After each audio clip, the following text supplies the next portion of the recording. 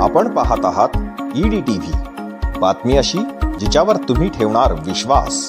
ज्येष्ठा गौरींचे विसर्जन झाले आहे आणि आता उत्साह वाढला आहे तो बाप्पांची वेगवेगळी रूपे आणि देखावे पाहण्याचा। असाच एक सुंदर देखावा केला आहे तो कसब्यातील विठ्ठल मंदिरात। केरळमधील तिरुवनंतपुरम येथील श्री पद्मनाभ म्हणजेच भगवान विष्णू शेषनागावर विराजमान झाले असल्याचा हा अत्यंत सुंदर देखावा आहे। भगवान विष्णूंसमोर ठेवलेल्या हौदामध्ये कमळाची फुले तरंगताना अत्यंत मनमोहक असे हे दृश्य पाहायला मिळतं।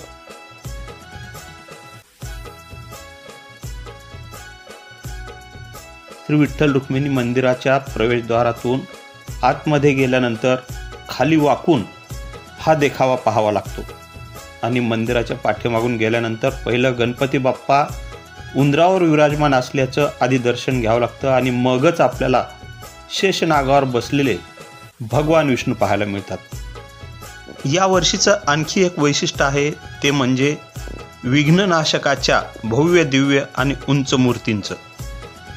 आपण पाहत आहोत हे आहे बाल गणेश मंडळ माळीपुरा चमन,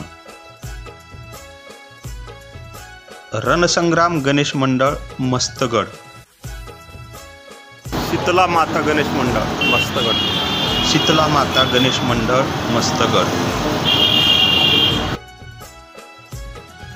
महाकाल प्रतिष्ठान कचेरी रोड शनी मंदिर, दक्षिणमुखी सार्वजनिक गणेश मंडळ मस्तगड।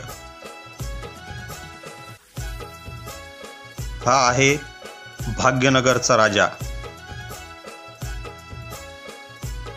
नागेश्वर गणेश मंडळ मस्तगड, चिंतामणी गणेश मंडळ मस्तगड, अमृतेश्वर गणेश मंडळ शनी मंदिर चौक जुना जालना, स्वराज गणेश मंडळ मस्तगड।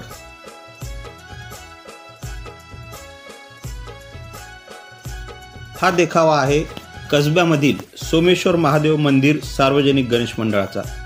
या मंडळाचा देखील दरवर्षी वेगवेगळा उपक्रम असतो आणि देखावे देखील पाहण्यासारखे असतात। यावर्षी केदारनाथचं दर्शन हा या देखाव्याचा महत्त्वाचा उद्देश आहे।